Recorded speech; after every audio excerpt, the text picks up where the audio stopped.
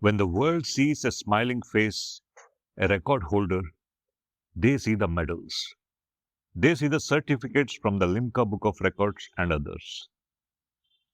They see me as voice artist or the memory coach, study skills coach, or speed reading coach. But what they don't see are the shadows. They don't see the long, silent hours of the night when the world is asleep. They don't see the hands that reached out in the darkness to turn a body that couldn't move itself. They don't see the eyes heavy with exhaustion that refused to close because my safety depended on them being open. Every achievement of mine carries the imprints of two women's hands, my mother and my sister. Have you ever paused to look at these shadows in your own life? Have you ever thought about who is quietly sacrificing for your success? Friends, today I want to pull back the curtain on the silent sacrifice that fueled my survival. And I want to show you why love is the most powerful memory technique ever discovered. Hey there, Raghu here, a certified memory coach on wheels. Welcome to my podcast. And the topic of today's episode is the silent guardians, sacrifice, purpose, and the heavy heart of memory. Having survived a severe spinal cord injury, I learned that our true power is in the mind. Now I am on a mission to help students and competitive exam aspirants stop struggling with rote learning and tap into the infinite potential of their brains using proven memory techniques. After my spinal cord injury, I became a prisoner of my own immobility. One of the hardest parts of a spinal cord injury is that you cannot even change your position in bed. If you stay in one spot for too long, you get pressure sores. Your body begins to break down. My mother is my primary world. She is my caregiver, my nurse, and my protector. She is sacrificing her rest, her health, and her very life to bathe me, to feed me, and to keep my spirit alive. And then there is my sister. While she was working at the Sri Satya Sai Super Specialty Hospital in Puttaparthi, she took on a night shift that no one paid her for. Every single night, she was the one who woke up to turn me. Every few hours, she would break her sleep, use her strength to shift my weight, and make sure I was okay. And then, as the sun rose, she would get ready and go to work at the hospital. Well, friends, I look back at that now and I am filled with wonder. Could you function at a high pressure job day after day with no proper sleep? Would your current level of willpower survive that kind of physical and mental exhaustion? Well, that's something to be thought about very deeply, isn't it? The answer to how they did it is the secret to everything I teach you about memory. In neuroscience, we talk about emotional tagging. Your brain has a filter called the amygdala.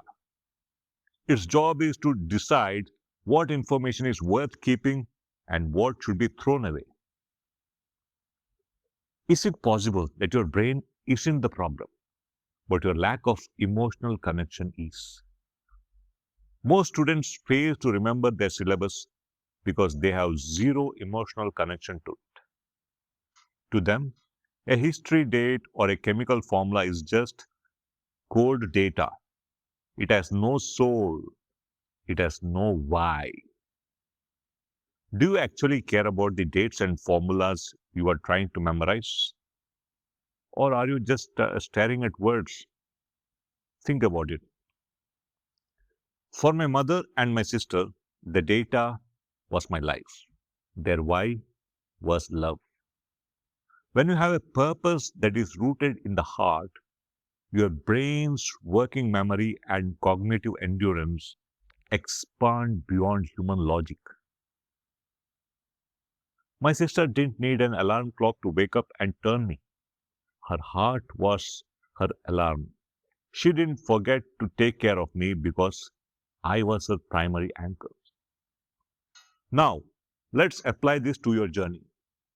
You are sitting at your desk, trying to memorize hundreds of pages for an exam. You feel tired. You feel like your brain is full. You feel like giving up. Friends, I want to stop and think. Who is the person who has sacrificed their sleep, their finances, or their comfort so that you could sit in that chair and study? Maybe it's a father working double shifts. Maybe it's a mother who skips her own meals to pay for your coaching. Maybe it's a sibling who gave up her dreams so you could pursue yours.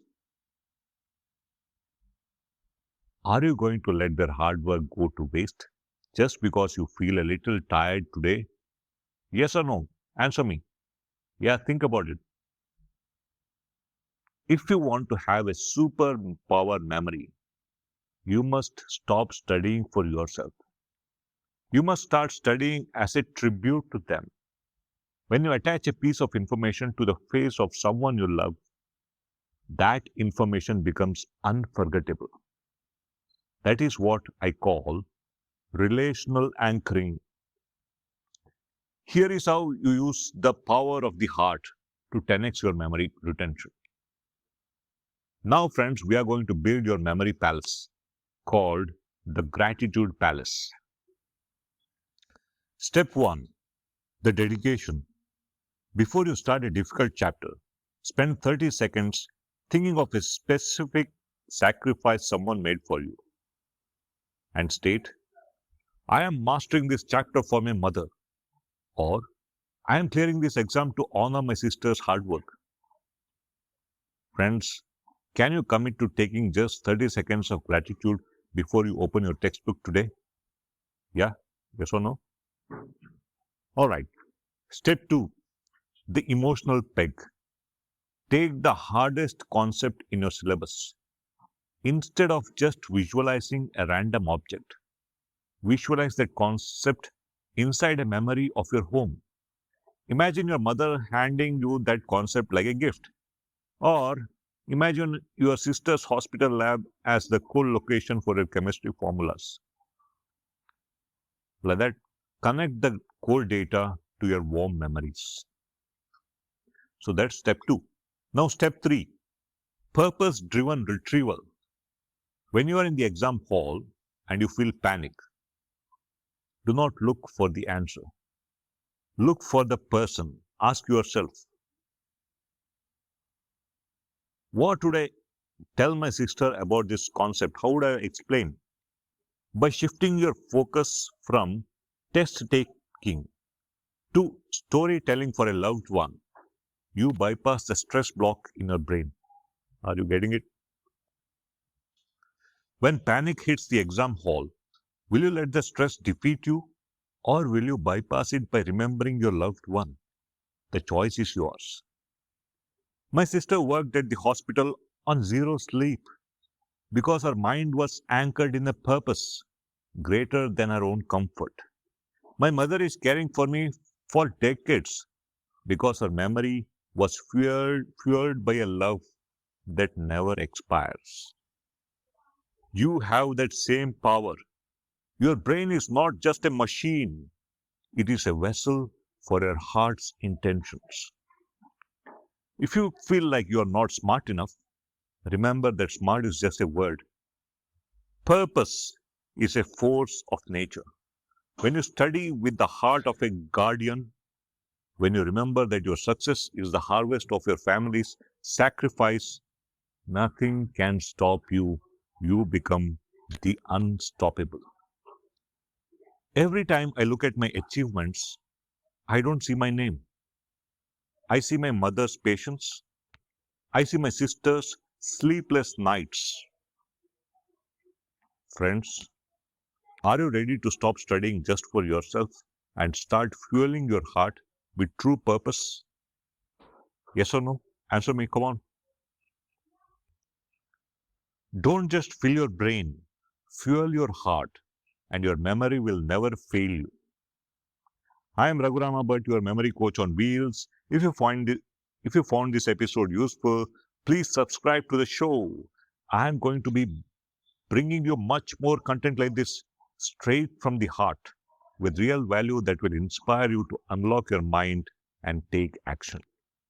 Keep pushing your limits, and I will catch you up in the next episode. Thank you. Bye bye.